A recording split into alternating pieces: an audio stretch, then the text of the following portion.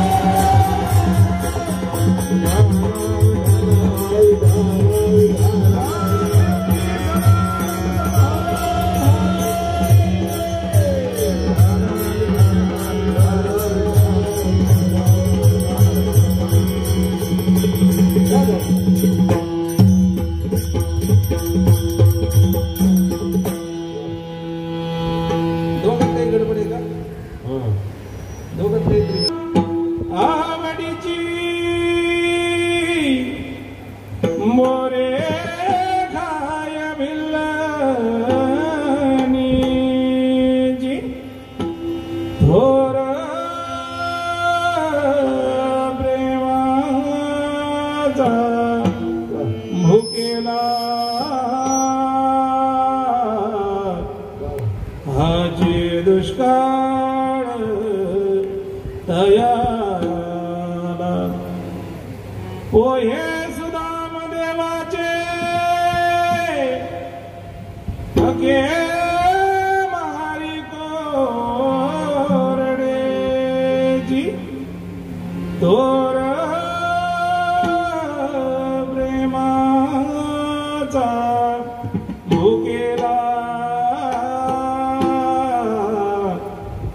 हाची दुष्काळ तयाला न म्हणे उच्चिष्ट अथवा थोडे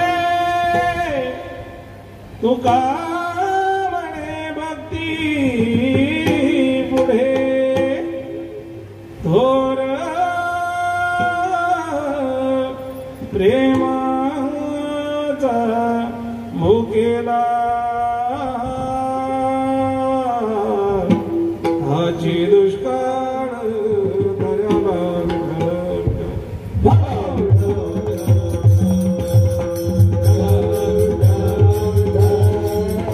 ऐका महिमा आवडीची मोरे खाय भिल्लणीची थोर प्रेमाचा भुकेला हाची दुष्काळ तयाला पंढरीच्या देवराया पंढरीच्या देवराया पंढरीच्या देवराया पंढरीच्या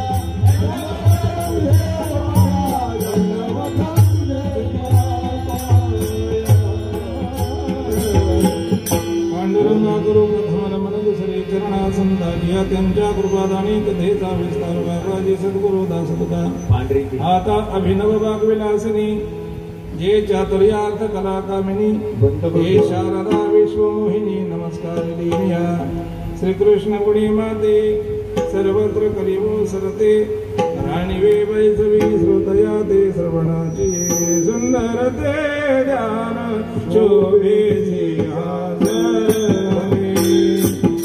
सुंदर ते ध्यान शोभे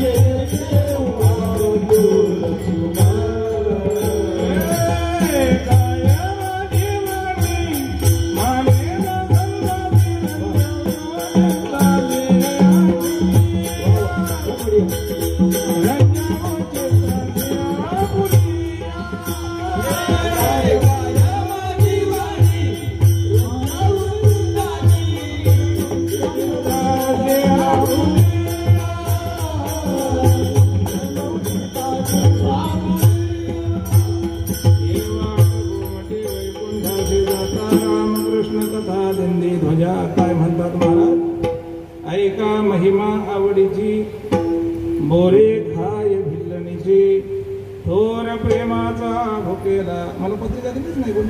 रामकृष्ण आजी दुष्काळ दयाला विठ्ठला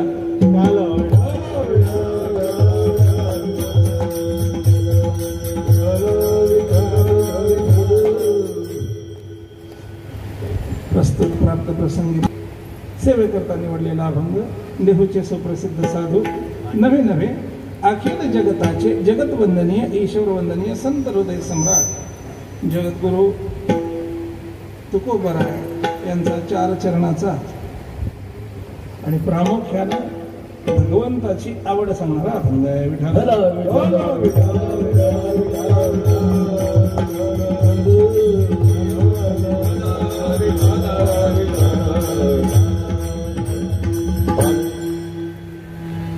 अभंगाच्या शब्दार्थाला सुरुवात करण्यापूर्वी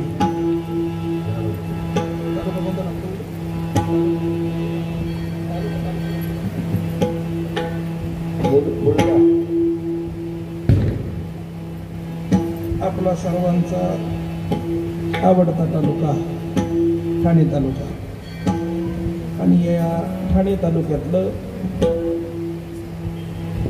परमपूज्य बालयोगी प्रातस्मरणीय सदानंदजी बाबा यांच्या आशीर्वादानं त्यांच्या पदस्पर्शानं पुनीत झालेलं आणि प्रथम वर्ष असलं तरी भक्तिरसात नवून निघालेलं आपलं गाव मुरधा गाव. या गावामध्ये यंदा पहिलंच वर्ष आहे आणि पहिल्या दिवसाची 4थ्या दिवसाची कीर्तनरूपी सेवा या सप्ताहाला मार्गदर्शक असणारे, या सप्ताहाला ज्यांचं मोलाचं सहकार्य आहे असं म्हणण्यापेक्षा ज्यांच्या सद्बुद्धीतून हा खऱ्या अर्थाने सप्ताह साकारलेला आहे, मला पितृस्थानी असणारे हरिभक्त परायणांचे कबीर महाराज आणि माझ्यावर मुलाप्रमाणे प्रेम करणारे आमचे दिलीप दादा पाटील यांच्या मार्फत ही सेवा माझ्याकडे आलेली आहे आणि त्या निमित्तानं तुम्हा सर्वांच्या दर्शनाचा योग आहे.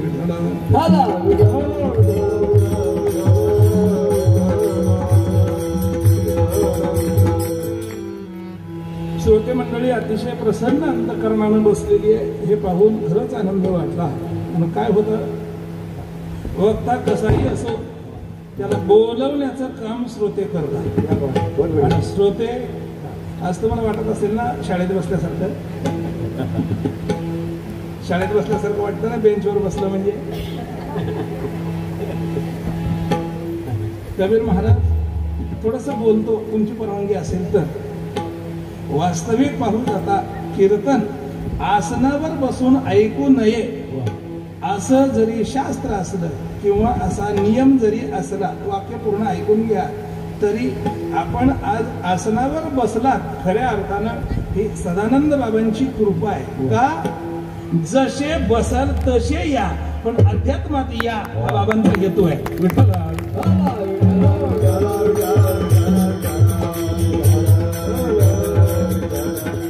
नाहीतर तुकोबारांच्या गाठ्याला सांगितलेलं जे जया पाहिजे ते आहे रे, ते हेच आहे.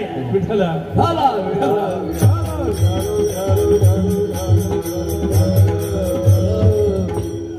पहिलं वर्ष फक्त तुम्हाला आवड लागावी याच्यासाठी आहे, एवढं गृहीत धरांचं ना पुढं काय फरक पडतो. सेवेकरता निवडलेल्या अभंगामधून जगद्गुरु तुकोबाराय या ठिकाणी भगवंताची अंतकरणातली आवड या ठिकाणी आपल्या समोर व्यक्त करतात. किती वाजता संपवायचं?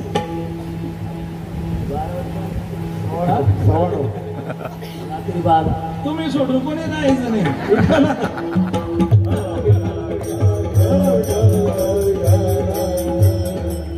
ते पण तुम्ही थांबाल बोलून पस्तावलो म्हणून. जाऊ द्या, किती वाजता संपवायचं? 9:15 नाही, तुम्ही काही जरी सांगितलं ना तरी मला नाही खाल्ल्या मिठाला, पण कमीत कमी खाल्ल्या वेफरला जागलं पाहिजे.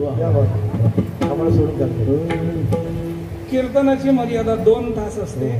बरोबर 7:15 वाजता तुमचा विणा उभा राहिला, 9:15 वाजता जय विठ्ठल होईल. विठ्ठल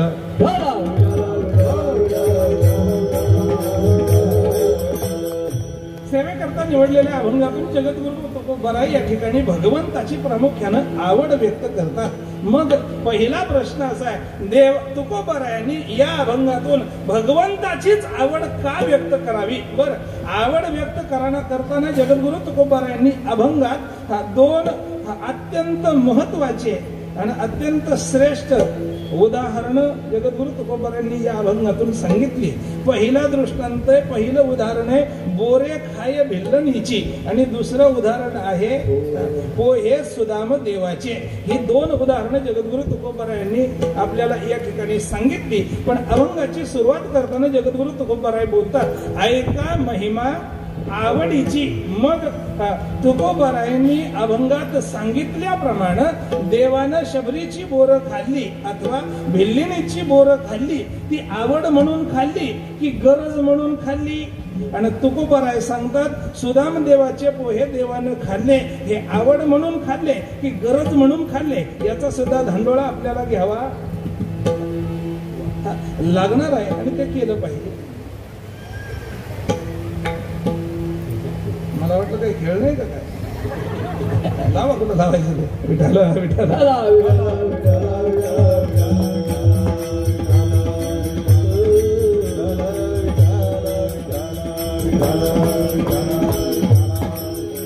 आता दिलाय परत मागू नका म्हणजे मिळव.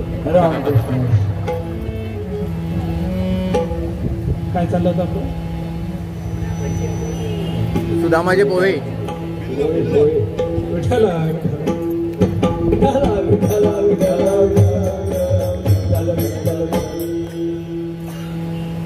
चित्त देऊन ऐकाल अशी अपेक्षा करतो. भगवान जगद्गुरु तुकोबाराय उदाहरणानिशी भगवंताची आवड आपल्या समोर या ठिकाणी व्यक्त करतात. ऐका महिमा आवडीची. आवडीची महिमा आपण ऐकली पाहिजे. मग का हो जगद्गुरु तुकोबाराय या अभंगातून फक्त देवाचीच आवड का व्यक्त करतात? आवड पाहिलं तर प्रत्येकाला असते, कोणाला ना कोणाला कोणती तरी आवड असतेच. आवडीशिवाय माणसाचं जगणं नाही. थोडं वेगळं बोलू का? माणसाच्या जीवनाचे जर दोन भाग केले तर त्या दोन भागाला एकाला नाव द्यावं लागेल आवड आणि दुसऱ्याला नाव द्यावं लागेल गरज. याच्या पलीकडे माणसाच्या हातून कर्म होत नाही. एक तर माणूस कर्म करतो आवड म्हणून, दुसरा माणूस कर्म करतो गरज म्हणून. या पलीकडे कर्म करण्याचं तिसरं कारण नाही. आईमध्ये कोणी लटकले का? नाही. एक तर आवड म्हणून अन्यथा गरज म्हणून, नाहीतर माणसाच्या हातून कर्म होणार नाही. कोणतंही कार्य माणूस आवडीसाठी करेल नाही तर गरजेसाठी करेल. या पलीकडे त्याला कर्म करण्याला दुसरं काहीच कारण नाही. मग आवड म्हणजे काय आणि गरज म्हणजे काय हे आधी पाहून घेऊ आणि मग पुढे जाऊ. आवड कशाला म्हणतात? जिच्याशिवाय भागतं, जिच्याशिवाय भागतं त्याला काय म्हणायचं? आवड म्हणायचं. आणि ज्याच्याशिवाय भागतच नाही त्याला काय म्हणायचं? गरज.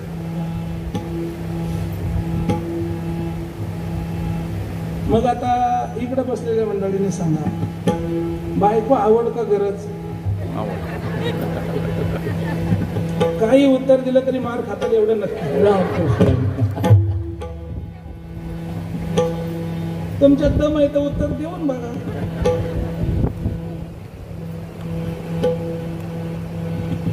गरज म्हणावं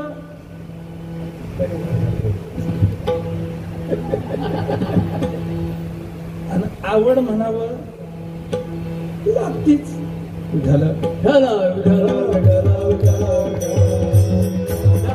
आवड या गरजेच्या वादात मला जास्त पडायचं नाही. पण भगवान तुकोबाराय या अभंगामध्ये देवाची आवड सांगतात. मग देवाचीच का सांगतात? इतरांना आवडी नाहीत का? इतरांना सुद्धा आवडी आहेत.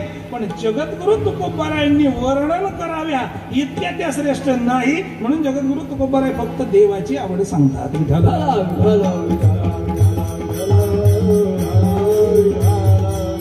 देवाची आवड ही सर्वश्रेष्ठ आवड आहे. देवाची आवड ही सर्वश्रेष्ठ आवड आहे. म्हणून तुकोबर आहेत त्या आवडीचं वर्णन अभंगात करतात. मग देवाचीच आवड कशी श्रेष्ठ, बाकीच्या आवडी कशा कनिष्ठ, याचा आपण विचार करू. पहिल्यांदा आपल्याला दोन भाग करावे लागतील. एक जग आणि दुसरा देव. म्हणजे प्रकृती आणि पुरुष असे दोन भाग करावे लागतील. पुरुष म्हणजे भगवान परमात्मा आणि प्रकृती म्हणजे प्रकृतीमध्ये येणारे आपण सर्व. आपण सर्वजण कशात आहोत? प्रकृतीत आहोत, जगात आहोत. या जगाचा आपल्याला पहिल्यांदा विचार करावा लागेल. या जगाचा विचार करायचा झाला तर बाकी कुत्र्या मांजराचा आपल्याला विचार करायचा नाही. आपण प्रामुख्यानं जगात असणाऱ्या माणूस नावाच्या प्राण्याचा विचार करूया. कारण बुद्धीच्या अनुषंगानं आवड फक्त प्राण्याच्याच माणूस नावाच्या प्राण्याच्याच ठिकाणी आहे. नाही तर तुको वाङ्मय आपल्याला सांगतं, पशु काय पाप पुण्य जाणती. त्यांना आवडही नाही आणि त्यांना गरजही नाही. भेटलं तर खाल्लं, नाही भेटलं तर. दादा कोंडकेचं गाणं आहे, काय सांगू तुम्हा कारभारी आणि माणसा परीस मेंढर. त्याला खायला दिलं तर खात आहे, नाही दिलं तर उपाशी राहत आहे. पण ते काही बोलत नाही का? त्याला आवडही नाही आणि त्याला गरजही नाही. मरण येत नाही म्हणून जगणारे माणूस सोडून सगळे प्राणी आहेत. म्हणून आपल्याला प्रामुख्यानं माणसाचा विचार करायचा. माणसाच्या जीवनाचा विचार जर करायला घेतला तर माणसाच्या जीवनाला 3 प्रकारचे आयाम असतात. एक तर माणूस परमार्थिक आहे, एक तर माणूस संसारी आहे, किंबहुना माणसाला संसार आणि परमार्थ या दोन्हीशी घेणं देणं नाही.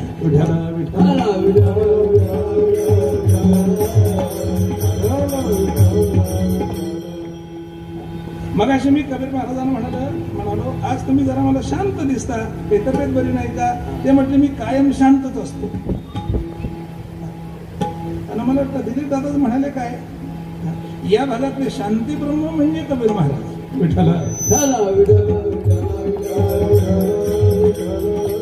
म्हणजे मला सांगायचं काय, या जीवाला संसाराचा आयाम नाही. निव्वळ परमार्था करता आपला देह वाहून घेतलेला आहे. अशी माणसं, काही निव्वळ माणसं परमार्थ करणारी आहेत ना, आहेत. काही माणसं निव्वळ संसार करणारी आहेत. यांच्या जीवनाला पारमार्थिक आयाम अजिबात नाही. खाया पिया सुखसे सोया नाहक जमाना खोया. हे जे आहेत ना, हे संसारी वर्गात येतात. काही माणसं निव्वळ संसारी आहेत, काही माणसं निव्वळ परमार्थिक आहेत आणि काही माणसं दोघातही नाही. यांच्या जीवनाला सामाजिक आयाम सुद्धा नाही आणि परमार्थिक आयाम सुद्धा नाही. या 3 प्रकारचं वर्णन आपल्याला करायचं झालं तर करता येईल. पण अगोदर आपण हा सगळा समाज एकत्र करून या जनाला, या समाजाला, या समूहाला नक्की काय आवडतं, या जगाला, या जनाला काय आवडतं हे पाहिलं पाहिजे. कारण माणूस एकत्र आला की त्याला माणसं समाज असं नाव देतात. सहज आज इथून कीर्तनावरून गेलेली माणसं उद्या चर्चा करतील, काय कीर्तनाला समाज होता का काय कीर्तनाला माणसं होती असा विचार करतो नाही. काय विचार करतो आम्ही, कीर्तनाला किती समाज होता. पण समाज या शब्दाची व्याख्या अमेरिकेचा एक थोर तत्ववेत्ता फ्रँकलिन जोन्स यानं समाज या शब्दाची व्याख्या सांगितली. तो म्हणतो, society does not means the gathering of people, it means unity of the society. जमलेला जमाव म्हणजे समाज नाही, जमलेल्या जमावाचा एकोपा म्हणजे समाज. विठ्ठला विठ्ठला विठ्ठला.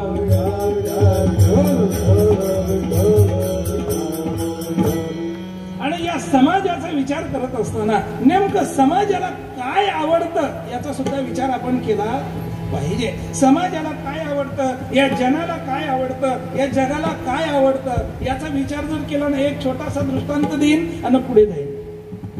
एक फार मोठ्या राज्याचा राजा होता. तो राजा दिवसातून 2 प्रहर देवाची पूजा करायचा. 2 प्रहर करतात. 2 प्रहर म्हणजे 6 तास. 3 तासाचा एक प्रहर असतो. दिवसातून 6 तास देवाची पूजा करायचा. 6 तास म्हणजे दिवसाचा किती भाग झाला हो? दिवसाचा 25% भाग तो देवाची पूजा करायचा. आणि इतर वेळेमध्ये आपल्या कुटुंबाला काही वेळ देऊन बाकी वेळेमध्ये तो प्रजेची सेवा करायचा. कारण प्रजेवर तो पुत्रवत प्रेम करणारा राजा होता. कोण होता त्याचं नाव मला विचारू नका. नाही, दृष्टांतातले राजे असेच असतात, आताचे नाही. विठ्ठला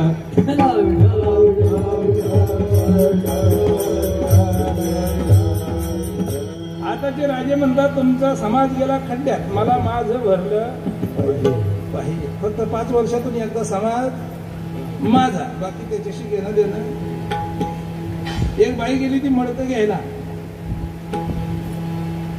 आणि तिनं मडकं ठणकावून पाहिलं. ठणकावून पाहिल्यानंतर कुंभाराला विचार, चांगलं आहे ना, व्यवस्थित आहे ना, फुटणार नाही ना? कुंभार म्हणला, फुटायला का आमदार आहे का?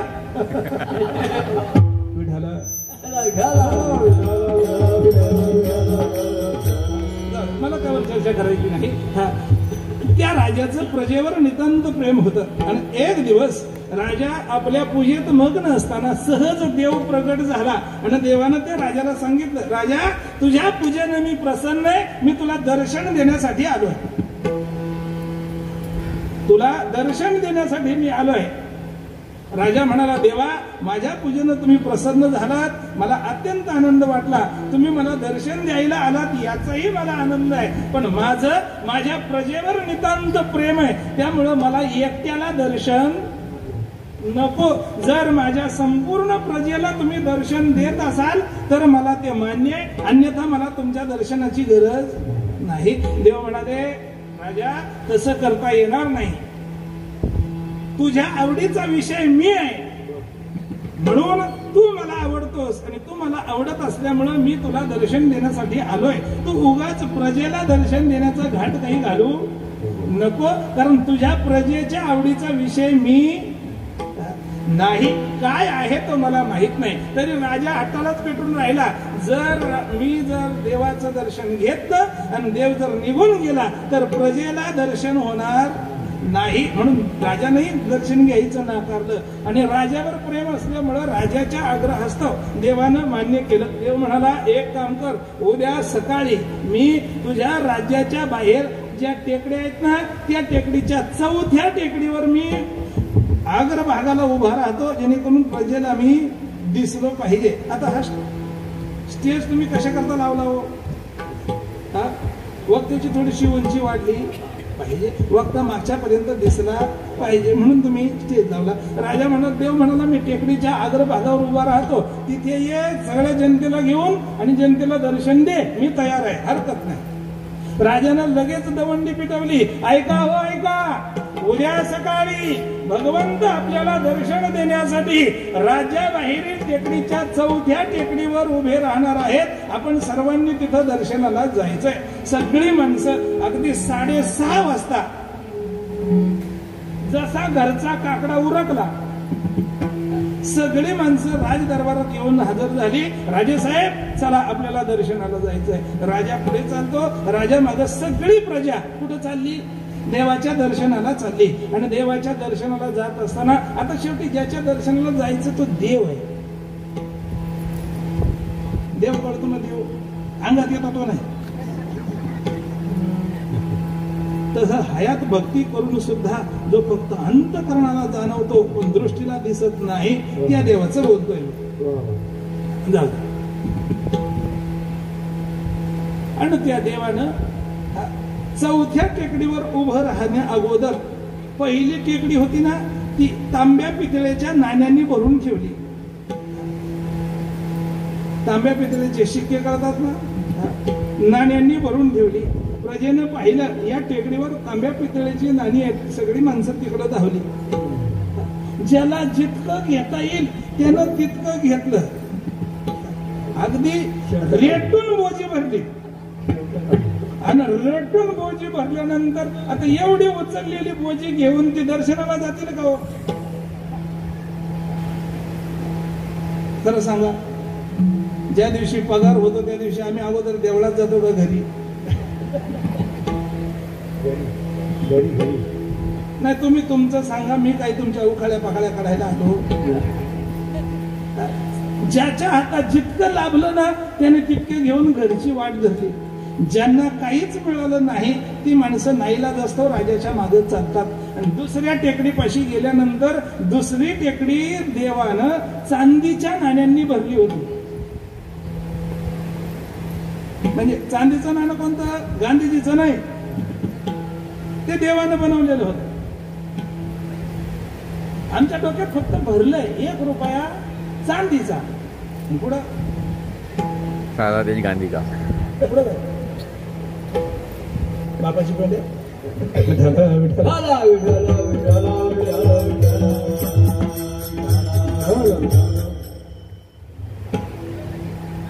कोणीतरी ते गाणं बनवलंय, दे दी हमें आजादी बिना खडक बिना ढाल, साबरमती के संत तुने कर दिया कमाल. एवढं सोपं होतं का होते? आता जी 23 मार्च गेली ना, या 23 मार्चला 3 तरुण क्रांतिकारक फासावर लटकले.